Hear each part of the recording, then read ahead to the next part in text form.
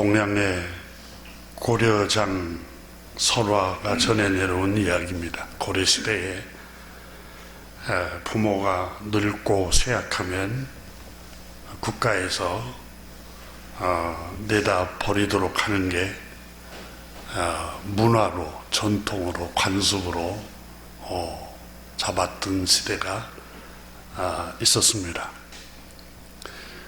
문화라는 게 좋은 문화, 좋은 전통은 좋지만 악한 문화나 전통이 그게 사회에 굳어져 버리면 정말 악습입니다.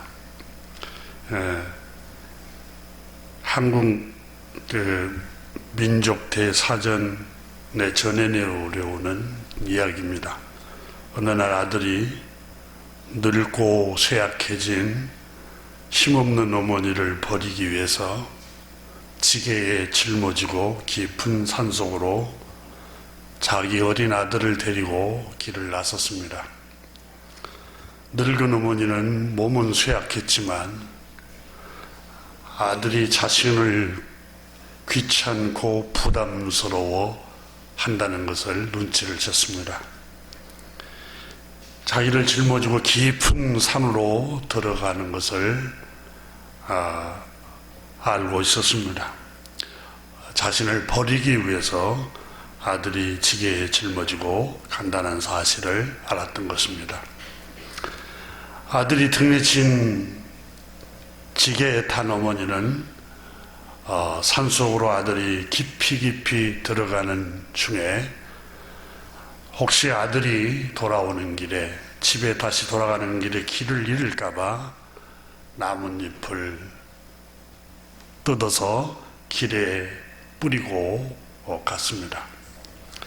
아들은 어머니가 한두 번도 아니고 계속해서 나뭇잎을 뜯어서 길에 뿌리는 걸 보고 생각했습니다. 혹시 어머니가 다시 집으로 찾아오려고 길에 나뭇잎을 떨어뜨리고 있지는 않는가 하는 생각을 속으로 한 것입니다. 아들은 산속 깊은 곳으로 길도 닿지 않는 더 깊은 산속으로 들어갔습니다. 산이 깊어 집으로 다시 돌아올 수 없는 곳까지 갔습니다. 어머니는 아들이 자기를 버린다는 것 때문에 마음이 아팠습니다. 어머니를 내려놓고 돌아가 서려고 하는 순간에 어머니가 아들을 불렀습니다. 아들아, 집에 돌아갈 때 조심하거라. 어둡기 전에 어서 서둘러 내려가거라. 내가 길을 잃을까봐 가는 길에 나뭇잎이, 생잎이 떨어져 있는 걸 표시해 두었으니 그걸 보고 집을 찾아가거라. 아들은 어머니의 끝없는 자비와 사랑의 마음에 그만 가슴이 무너져 내렸습니다. 어머님의 한없는 사랑 앞에 무릎을 꿇고 한없이 울었습니다. 아들은 어머니에게 내가 잘못했구나 하는 죄책감에 자신이 너무너무 부끄러웠습니다. 그때 함께 따라온 어린 아들이 할머니를 짊어지고 왔던 아버지가 지게를 버리고 갈 무렵에 지게를 만지작거리고 있었습니다. 그러자 어린 아들에게 말했습니다. 어서 아버지 따라서 가자꾸나. 지게를 가지고 다시 가야 할 거 아닙니까? 지게를 가지고 가야 된다고 어린 아이가 지게를 붙들고 있으니까 그 필요 없다. 그때 아버지도 할머니처럼 늙고 힘이 없으면 이 지게에 다시 짊어지고 나도 이 깊은 산속으로 와야 될 거 아닙니까? 이 말을 한 그 말이 이 아들의 가슴에 비수를 꽂았습니다. 어머니를 노모를 버리러 왔다가 아들은 어머니로부터서 그리고 어린 아들로부터서 그 입술을 통해서 들려오는 하나님의 음성을 들었던 것입니다. 오늘 이 얘기를 하면서 하나님의 말씀이 생각이 났습니다.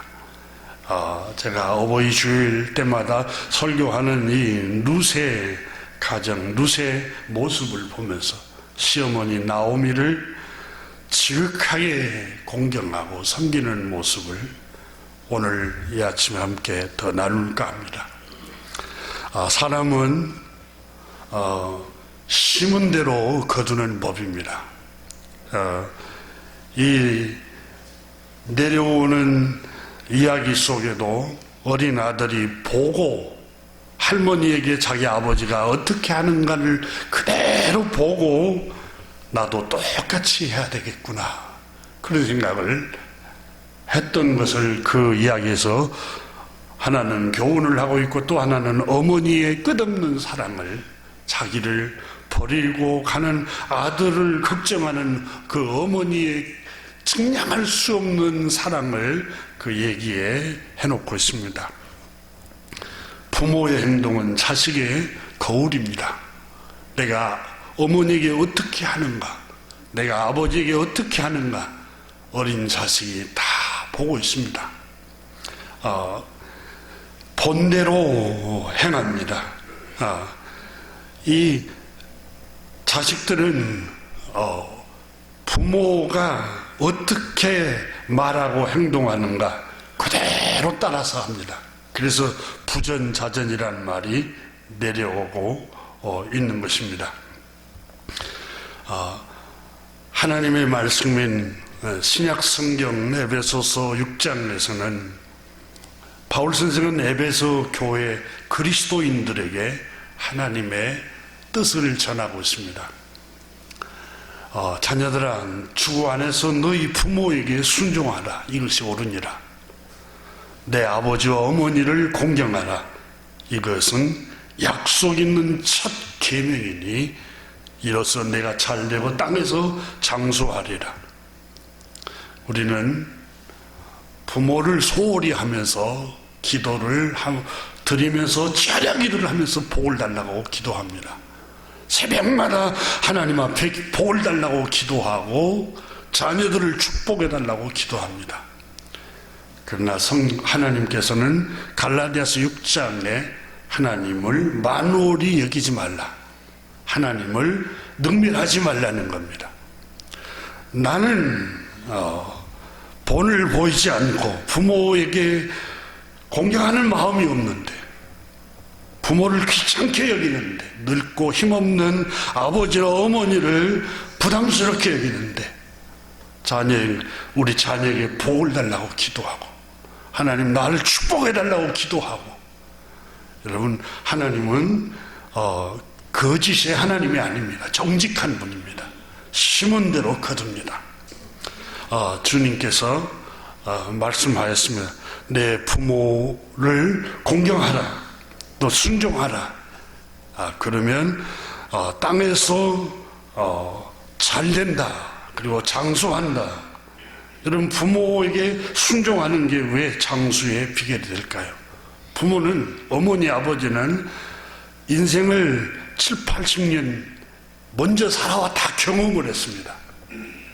경험을 해서 이렇게 할 때 면역력이 약해지고 이렇게 할 때 감기가 더 심하게 걸리고 이런 음식을 먹고 이렇게 근심이 스트레스를 많이 받으면 이런 질병이 걸리더라 많이 보고 경험을 했습니다. 그래서 자녀들에게는 권합니다. 이거 하지 마라. 아들아 딸아 그거 하면 병든다. 그거 하면은 행복하지 않다. 계속해서 권합니다. 근데 자녀들은 순종하지 않습니다. 근데 부모는 경험 속에서 나오는 얘기를 합니다. 공경하라. 약속 있는 첫 계명이다. 너의 아버지 어머니 말씀을 공경하는 마음으로 들으라는 겁니다. 왜 그렇습니까? 다 이미 경험해 본 데서 오는 이야기들을, 진리를 얘기를 하기 때문입니다. 저희 부친께서 살아계셨을 때 저한테 늘 하시는 말씀이 새록새록 생각날 때가 있습니다. 아들아, 밥이 보약이다. 밥을 잘 먹어야 건강하다. 아들아, 잠이 보약이다. 잠을 잘 자야 한다. 여러분, 지금 과학자들이 하루에 수면이 충분하게 수면을 취하지 않으면은 제일 먼저 뇌가 망가진다고 말합니다. 알츠하이머병이나 또 여러분 옛날 우리 선조들이 노망 든다고 그러잖아요. 뇌 세포가 다 망가져요. 잠을 충분히 자지 않으면 과학자들이 제일 먼저 나타나는 게 우리 몸에 여러분 면역력 호르몬이 충분히 나오지 않는다는 거예요. 그래서 잠을 충분히 자지 않으면 머리도 아프고 신경질적이고 우울하고 더 침울하고 행복지수가 낮아지고, 그래서 어른들은 잠을 잘 자야 된다. 밥이 보약이다. 늘 하지 않습니까? 이뿐만이 아니죠. 부모님이 하시는 말씀들, 어머니 아버지가 하시는 말씀들은 우리에게 보약이 됩니다. 보약이. 근데 자녀들이 들으려고 합니까? 아버지 잔소리 그만하세요. 어머니 잔소리 그만하세요. 늘 그렇게 얘기하죠. 그런데 에베소서에 말씀합니다. 자녀들아, 너희 부모에게 순종하라. 이것이 옳으니라. 이것이 땅에서 잘되고 장수하는 비결이다. 이렇게 말씀하고 있지 않습니까? 오늘 본문에 우리가 읽은 룻기 1장부터 4장에 나오는 얘기는 세상에서 이렇게 아름다운 이야기가 있을까 할 정도로 정말 사람의 마음을 따뜻하게 해주고 훈훈하게 하고 울림을 주고 감동을 주는 아름다운 이야기가 기록되고 있습니다. 바로 나오미와 룻의 시어머니와 며느리에 관한 이야기입니다. 베들레헴 성읍의 도시에 한 가정이 있었습니다. 엘리멜렉이라는 가장이 있었고 그의 아내는 나오미였습니다.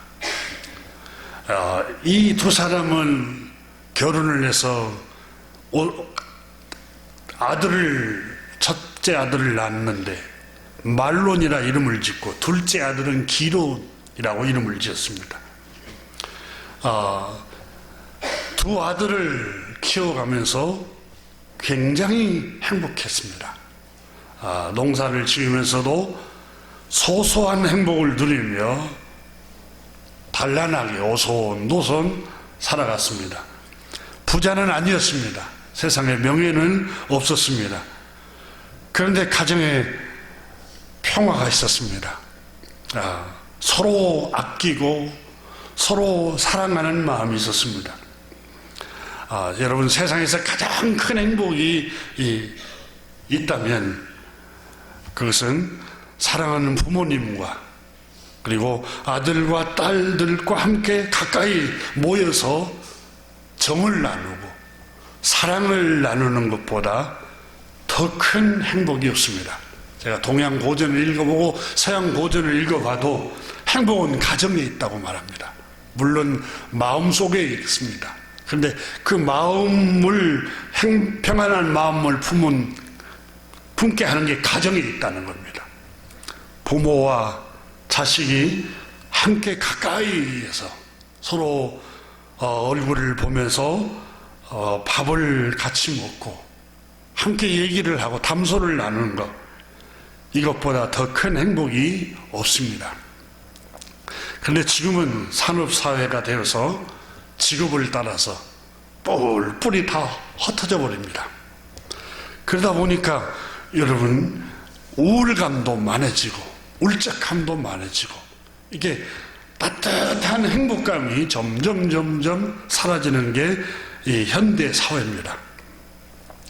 이럴 때 여러분 우리가 이렇게 하나님의 교회에 모여서 예배하는 게 얼마나 감사한지 모르겠습니다. 오늘 이 가정에 살고 있는 베들레헴 땅에 아주 경제적인 위기가 찾아왔습니다. 굉장히 심한 흉년이 들게 되었습니다. 배고픔과 굶주림에 못 이겨서 사람들마다 살 길을 찾아 나섰습니다. 이 엘리멜렉이라는 가정도 사랑하는 아내 나오미와 두 아들과 함께 굶주리지 않기 위해서 풍성한 땅이 있는 요단강이 흐르고 있는 그 이웃의 요단강을 건너 모압 땅으로 이주를 해갔습니다. 그것은 옛날 아브라함 시대 아브라함의 조카 롯이 물이 넉넉하고 풀이 무성한 곳이라고 기름진 땅이라고 표현했던 곳이었습니다. 모압 땅에 도착한 엘리멜렉 가족은 성실하게 노동을 하면서 잘 정착을 해갔습니다. 큰아들 말론을 장가를 그곳에서 보냈습니다. 딸이 하나 더 생겨서 너무너무 가정이 단란하고 행복했습니다. 둘째 아들 기련도 모압 여자를 아내로 맞아들여 장가를 보내서 아주 단란한 가정을 이루어 가까이서 살아갑니다. 여러분 아마 며느리를 얻고 또 사위를 얻다 보면은 가족이 한 사람이 더 생겨서 중년 이후에 노년기는 더 마음이 풍요로워집니다. 가족이 더 생긴다는 게 얼마나 행복한 일입니까? 그래서 이 엘리멜렉도 모압 땅에 이주를 해서 행복하게 가족 두 아들이 가까이에서 살았습니다. 어느 날 그런데 뜻하지 않게 가정에 큰 슬픔이 찾아왔습니다. 나오미는 사랑하는 기둥 같은 남편 엘리멜렉이 질병이 찾아와서 엘리멜렉이 병을 앓고 있었습니다. 이 병을 아무리 치료하려고 애를 써도 치료가 안 되어서 마침내는 죽고 말았습니다. 남편을 잃어버렸어요. 부부가 여러분 금술이 좋으면 한쪽 상대방이 주님 나라 하게 되면은 거의 과학적으로 3년 안에 또 한 부부가 부름을 받게 된다는 게 통계에 나와 있습니다. 그래서 너무너무 사랑했지만은 엘리멜렉을 먼저 불러가니까 이 나오미는 슬픔에 빠져 있습니다. 여러분 이 가족을 잃은 슬픔이 굉장히 크지 않습니까? 그런데 얼마 있지 않아서 큰아들 말론도 전염병에 걸려서 쓰러져서 주님 나라 가고 말았습니다. 또 얼마 있지 않아서 둘째 아들 기련도 병에 걸려서 생명을 잃어버렸습니다. 나오미는 거의 정신을 잃어버렸습니다. 남편을 잃어버렸지요. 눈에 넣어도 안 아플 장남 말론과 막내 기련을 하나님 나라에 보내놓고 이 정신을 차릴 수가 없었습니다. 그 슬픔에 빠져서. 사람이 하나님 나라에 가는 것은 주님 품 안에 들어가기 때문에 그것은 눈물이었고 슬픔이었고 아픈 것이었고 곡하는 것이었기 때문에 평안을 누리는 것이기 때문에 하나님 나라 가신 분들은 복입니다. 하지만 남아있는 가족이 그 슬픔 때문에 괴롭습니다. 그래서 여러분 죽음이 왜 고통스럽습니까? 이별이 힘들기 때문에 그렇습니다. 사람이 정이 들어서 이별한다는 것처럼 고통스러운 게 없어요. 이건 말로 다 형용할 수 없습니다. 그 고통은. 하루아침에 엘리멜렉의 아내 나오미는 남편을 잃어버렸고 큰아들을 잃어버렸고 또 막내를 둘째를 다 잃어버렸습니다. 모든 걸 다 잃어버렸습니다. 모든 걸. 여러분 다 잃어버렸으니 살고 싶겠습니까? 아마 나오미는 살고 싶은 마음이 없었을 거예요. 희망이 보이지를 않았습니다. 근데 두 며느리도 슬픔에 빠져 있습니다. 말로 할 수 없는 슬픔에 빠져 있습니다. 그러나 큰 며느리 룻이 나도 슬프지만 남편을 잃어서 나도 슬프지만 남편과 두 아들을 잃어버린 어머니는 얼마나 슬플까 하고 어머니를 염려했던 것입니다. 이 슬픔에 빠진 가정에 관해서 오늘 성경이 기록을 하고 있습니다. 어떻게 이 가정의 이 슬픔을 극복해내는가?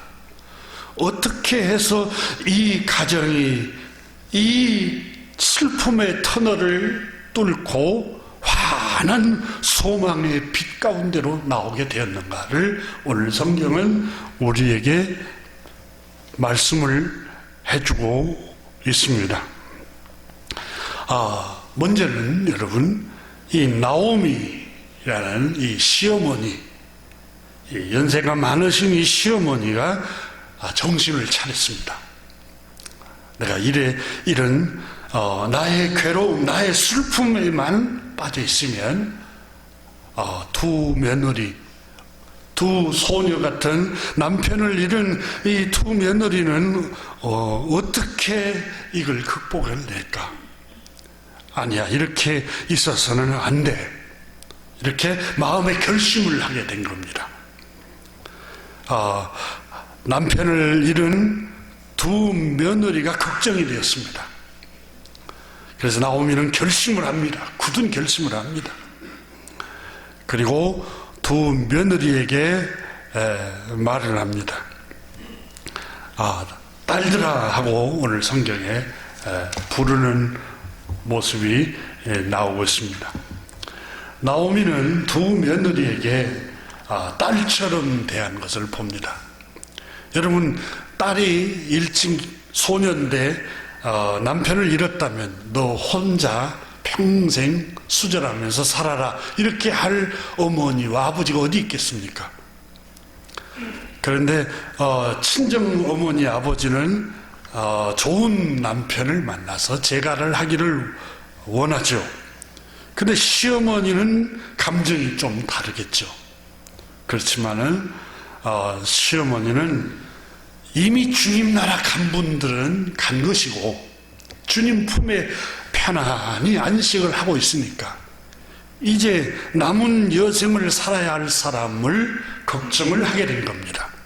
이게 지혜입니다. 그래서 나오미는 두 며느리를 불러놓고 얘기를 합니다. 딸들아, 내 아들들이, 두 아들들이 건강하지 못해서 주님의 부르심을 받아서 먼저 주님 품에 들어갔단다. 그것 때문에 너무 슬퍼하지 말아라. 너무 아쉬워하고 그 슬픔에 빠져서 우울하게 남은 여생을 보내지 말아라. 너희는 친정집으로 다시 돌아가서 새 희망을 품어라.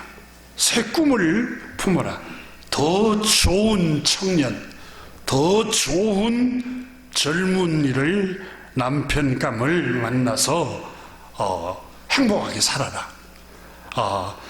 아직 너희가 나이가 젊은데 긴 인생의 여정을 살아가는 동안에 혼자 살아간다는 게 끔찍한 일이다. 때로는 여러 골짜기를 만나기도 하고 위기도 만나기도 하고 슬럼프에 빠지기도 하는데 너희들을 붙잡아줄 남편이 있어야 한다 하면서 두 며느리에게 나오미가 구원하고 있습니다. 오늘 성경에 보면은 나오미가 이렇게 말하는 것을 볼 수 있습니다. 여러분 한번 8절을 한번 보십시오. 나오미가 두 며느리에게 이르되 너희는 각기 너희 어머니 집으로 돌아가라. 너희가 죽은 자들과 나를 선대한 것 같이 여호와께서 너희를 선대하기를 원하며. 자, 그리고 하늘 말씀이 어머니 나오미가 이렇게 말합니다. 12절 다시 보세요. 딸들아, 내 딸들아, 되돌아가라. 나는 늙었으니 남편을 두지 못할지라. 가령 내가 소망이 있다고 말한다든지 오늘 밤에 남편을 두 아들을 낳는다 하더라도 너희가 어찌 그들이 자라기를 기다리겠느냐. 다시 나와서 너희들에게 남편감을 만들어줄 수 없다고 말을 합니다. 그러면서 내 딸들아 13절 보세요. 그렇지 아니하느니라. 여호와의 손이 나를 치셨으므로 나는 너희로 말미암아 더욱 마음이 아프도다. 나는 마음이 너무너무 아프고 슬프단다. 그러면서 말을 합니다. 그래서 14절에 그들이 소리를 높여 다시 울더니 오르바 둘째 며느리는 그의 시어머니에게 입을 맞추되 룻은 그를 붙쫓았더라. 이렇게 기록하고 있습니다. 그래서 둘째 며느리 오르바는 친정집으로 돌아갑니다. 그리고 첫째 며느리 롯은 이렇게 말합니다. 16절을 한번 보십시오. 16절에 보면은 이렇게 말합니다. 룻이 이르되 내게 어머니를 떠나며 어머니를 따르지 말고 돌아가라 강권하지 마옵소서. 이렇게 말합니다. 이 어머니께서 가시는 곳에 나도 가고 내 어머니와 함께 하겠습니다. 이렇게 말합니다. 이 말이 이 나오미의 아픔을 치유를 합니다. 어머니 내가 함께 할 겁니다. 이렇게 말합니다. 여러분 함께 있어준다는 것처럼 큰 위로가 없습니다. 세상에 가장 큰 위로는 함께 옆에 있어주는 겁니다. 함께 옆에서 손 잡아주고 슬픔에 빠져 있는 사람과 함께 옆에 있어주는 것처럼 큰 행복이 없습니다. 저는 종종 제 아내에게 말합니다. 여보, 내 옆에 있어줘서 너무 고맙다고. 당신이 옆에 없으면 나는 인생을 혼자 가야만 하는데 슬픔을 만날 때, 아픔을 만날 때, 고통이 있을 때 늘 내 옆에 말없이 있어준 게 고마워. 이렇게 말을 합니다. 아무리 여러분 큰 위로가 있다 할지라도 옆에 여러분 남편과 아내와 또 자녀들이 함께 있어 준다는 것 자체가 얼마나 큰 위로인가 모릅니다. 나 뭐 해줬어? 당신 나 선물을 뭐 해줬어? 결혼기념일 챙겨줬어? 뭘 꽃다발에 하나 줬어? 여러분 그게 아닙니다. 옆에 있어주는 것 자체보다 더 큰 선물이 없습니다. 세상에는. 옆에 있다는 게 얼마나 중요한가 몰라요. 옆에 함께 동행해 준다는 거. 이 인생의 고단한 인생길에 함께 동반자가 되어서 함께 동행해 준다는 게. 자, 룻도 여러분 똑같은 인간입니다. 그의 동서처럼 오르바처럼 똑같이 젊으니까 좋은 청년, 좋은 젊은 남편감을 다시 만나 친정집에 가서 왜 살고 싶은 마음이 없었겠어요? 그런데 룻은 슬픔에 빠진 어머니를 생각한 거예요. 슬픔에 빠진 어머니를 생각하면서 어머니 따르지 말고 돌아가라고 이렇게 말하지 마십시오. 나의 행복만 내 나의 개인적인 행복만을 추구하고 친정집으로 가라고 말하지 마십시오. 어머니는 어떻게 해요? 어머니는 슬픔을 어떻게 감당하시려고 그렇습니까? 어머니께서 가시는 곳에 나도 갈 것입니다. 어머니 가시는 곳에, 어머니 머무는 곳에 나도 그곳에 머물러 함께 어머니와 동행해 줄 것입니다. 정말 이 본문을 읽을 때마다, 매년마다 읽을 때마다 가슴이 뜨거워요. 어머니 계시는 곳에 내도 함께 있을 거고, 어머니 머무른 곳에 나도 거기 머물고 있겠습니다. 어머니 슬픔 당하면 나도 슬픔을 같이 함께 할 거고, 어머니가 빈궁하면 나도 함께 같이 함께 어머니와 동행할 거고, 어머니 아픔을 내 아픔으로 생각을 하고 있는 것을 봅니다. 그러면 17절에 보십시오. 그냥 입술에 바른 말이 아니었습니다. 17절 보면 어머니께서 죽으시는 곳에서 나도 죽어 거기 묻힐 것이라. 이게 강한 결심을 한 거예요. 그리고 내가 만일 죽는 일 외에 어머니를 떠나면 여호와께서 내게 벌을 내리시기를 원하나이다. 천벌을 받기를 원합니다. 이렇게 룻이 아주 강하게 어머니에게 말을 합니다. 여러분이 나오미 남편을 잃어버리고 두 아들을 잃어버렸지만 정말 행복자입니다. 그렇지 않습니까? 정말 이 룻이라는 이 며느리가, 이 딸보다 더 귀한 며느리가 나오미의 위로자가 된 겁니다. 여러분, 룻은 나오미에게 위로자가 되었지만 보세요. 룻이 이렇게 훌륭할 수 있었던 것은 그게 하나님이 주신 성품이었겠지요. 근데 또 동시에 8절을 한번 보십시오. 나오미가 두 며느리에게 이르되 너희는 각기 너희 어머니 집으로 돌아가라. 너희가 죽은 자들과 나를 선대한 것 같이 여호와께서 너희를 선대하기를 원하며. 그러니까 이 나오미가 기억을 하고 있었습니다. 지금 두 며느리, 특히 룻이 나오미를 대하는 태도를 언급을 하고 있습니다. 너희가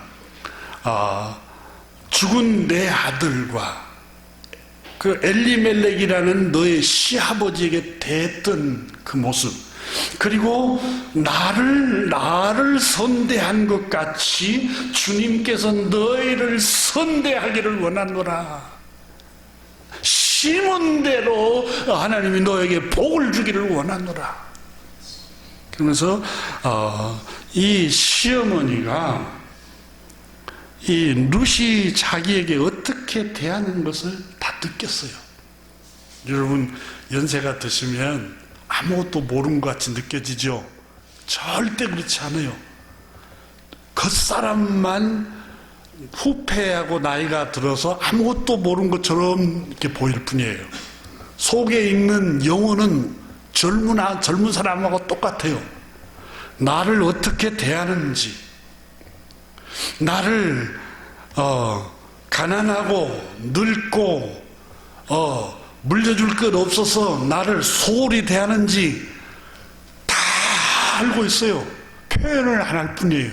그 어머니 아버지께서 표현만 안 하고 모르는 척 할 뿐이지 다 인식하고 다 알고 있어요.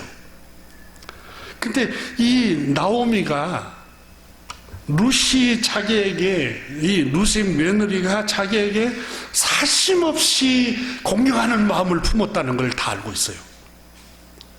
그래서 그 고백을 하지 않습니까? 8절에서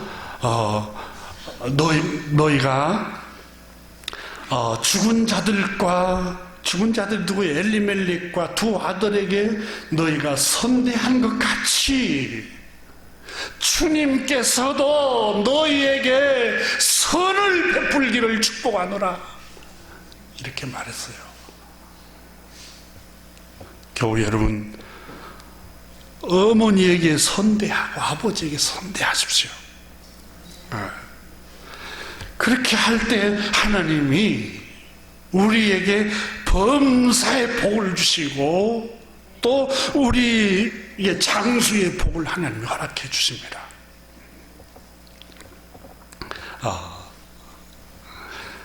하나님께서 이 룻기 1장부터 4장을 전체 상세하게는 설명을 할 수 없으면 이미 우리는 공부를 다 했습니다. 내가 룻기 강해서를 한번 강해를 했죠. 근데 오늘 본문에 기록되고 있는 이 룻이라는 이 큰 며느리, 너무너무 아름다운 소녀잖아요. 며느리잖아요. 그 오직에 생긴 이 나오미가 딸들아, 이렇게 말하고 있습니다. 교우 여러분, 혹시 며느리를 맞이했습니까? 딸처럼 생각하세요. 네? 딸과 며느리는 틀리죠. 그래도 딸처럼 늘 생각하는 마음을 가진 연습을 하세요. 사위를 맞아들였으면 사위도 아들같이 늘 생각하세요. 여러분, 부정적으로 생각하면 사위와 아들은 틀려. 그러면 그렇게 틀리는 거예요. 근데 계속 아들처럼 생각을 해야 돼요. 여러분, 마음 스스로 늘 아들처럼 생각하고 며느리는 늘 딸처럼 생각해야 돼요. 그럼 그 마음이 전달이 돼요. 상대방에게 전이가 된다고, 심리학적으로 정의가 돼서 전이가 돼서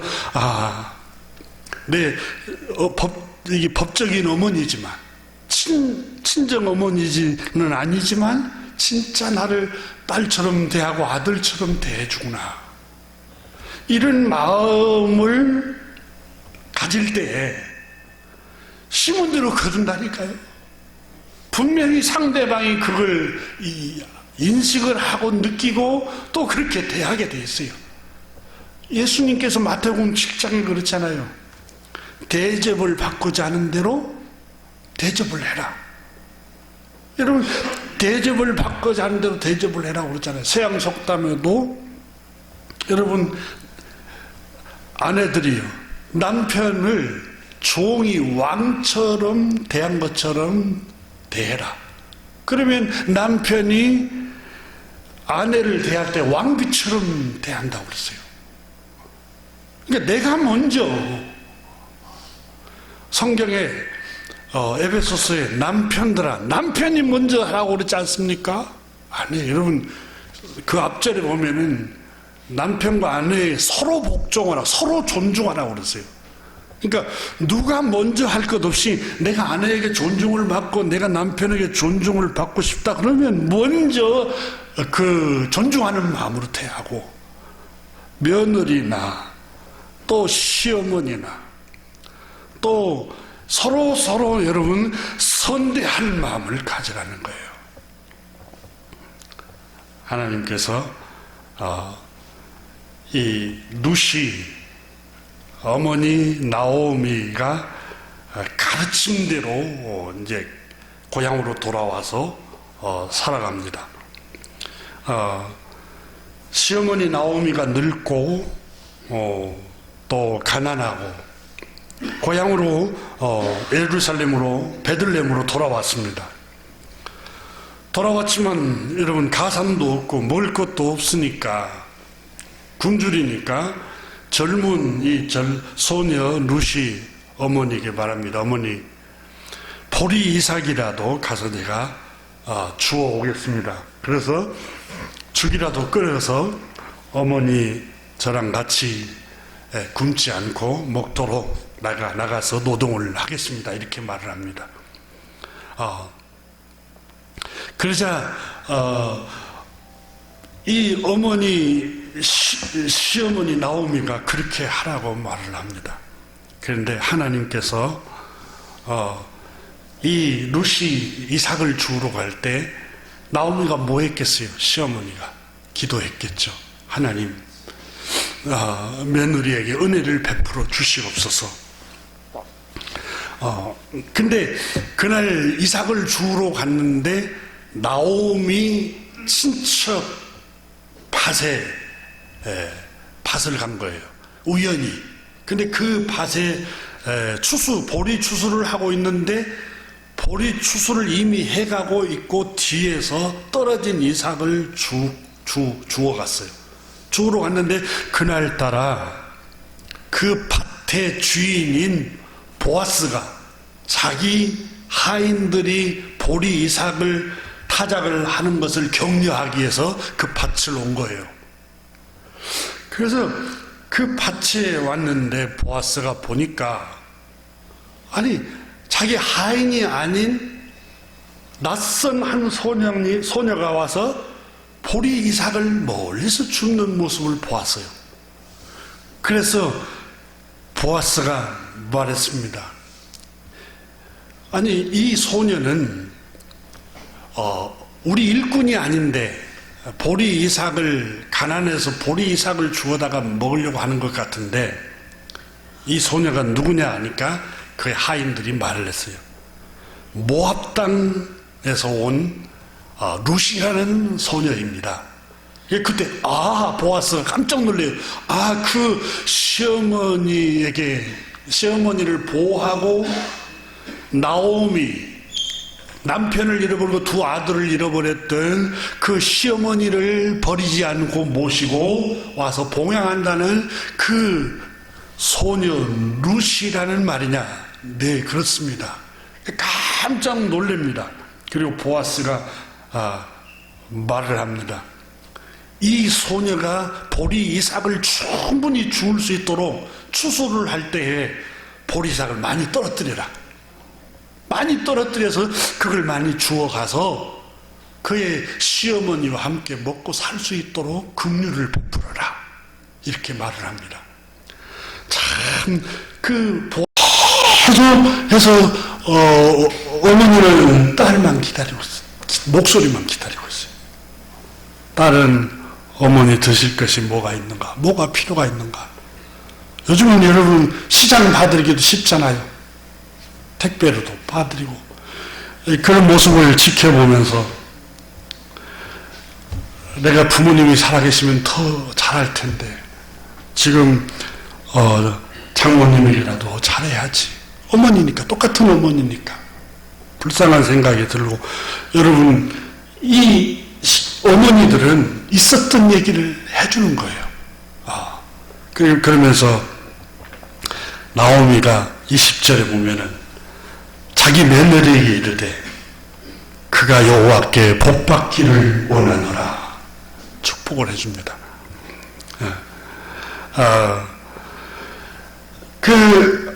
이게 나오미가 며느리 루시에게 또 말합니다. 22절에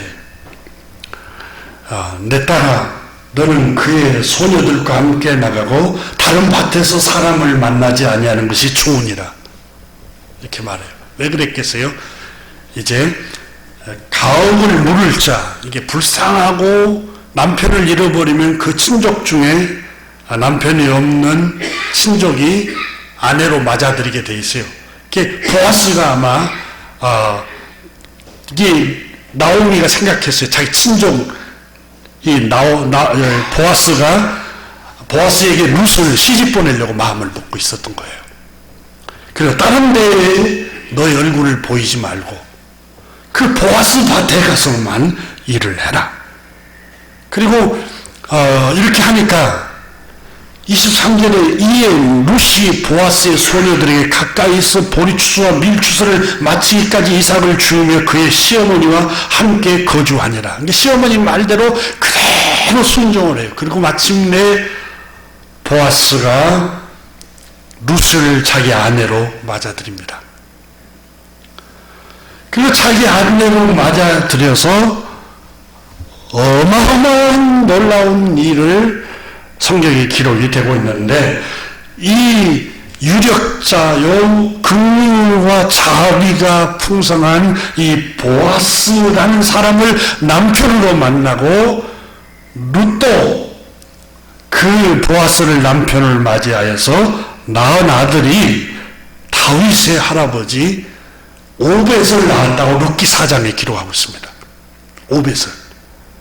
그럼 오벳을 통해서 난 게 다윗 왕, 다윗 임금을 낳았어요. 하나님께서 이 효성스러운 이방 여자인 룻을 통해서 하나님께서 이스라엘의 왕을 보낸 거예요. 왕을. 이 성경이 뭘 우리에게 말씀을 하고 있습니까? 자, 룻이라는 여자는 이방 여자예요. 유대인들은 이방 여자를 개나 돼지 취급을 했어요. 근데 룻이 다윗 왕을 낳은 할머니예요. 근데 그 룻의 혈통에서 나온 분이 하나님의 아들 인류를 구원하실 우리 주 예수 그리스도의 만왕의 왕이 이 룻을 통해서 하나님이 보내신 거예요. 자, 어마어마한 축복을 말씀을 하고 있는데 여러분 함께 룻기 4장을 한번 열어보십시오.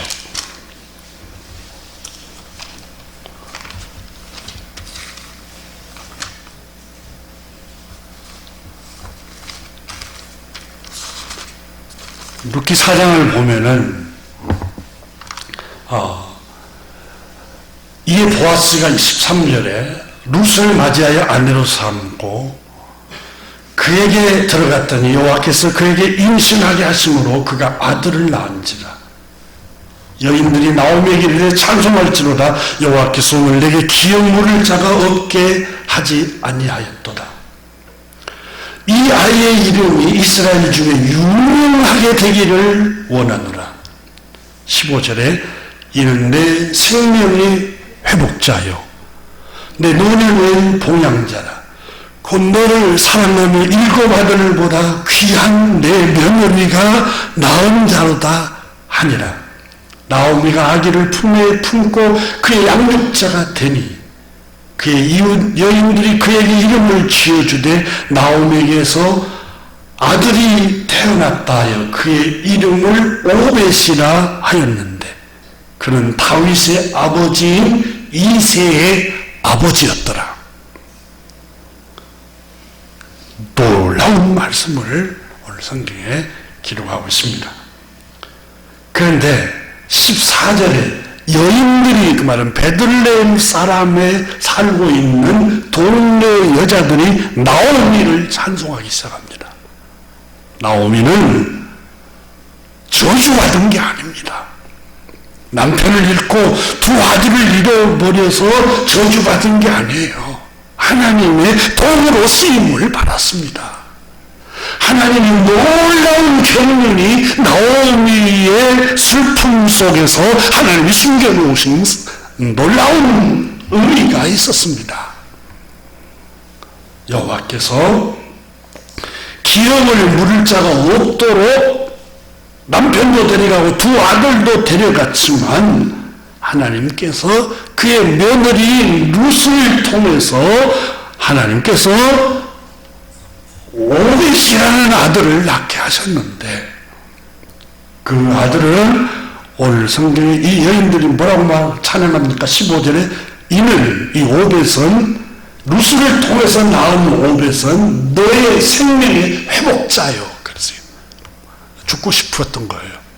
생명이 죽고 싶고 포기하고 싶고 우울하고 낙담하고 자포자기하고 싶었는데 너의 생명의 회복자가 되었다. 살 소망을 주었다는 거예요. 너에게 다시금 소망을 주고 희망을 주었다는 거예요.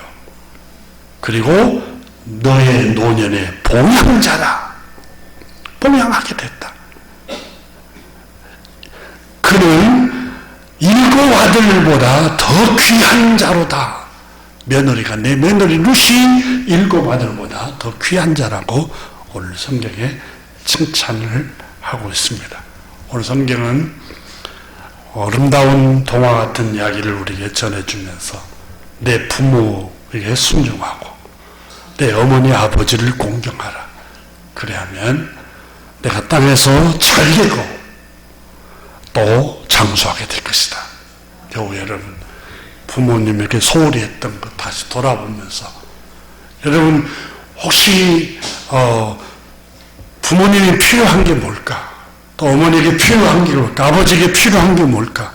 이렇게 살피면서 또 자주 문안 인사를 드리시기를 주님의 이름으로 축복합니다. 기도합니다.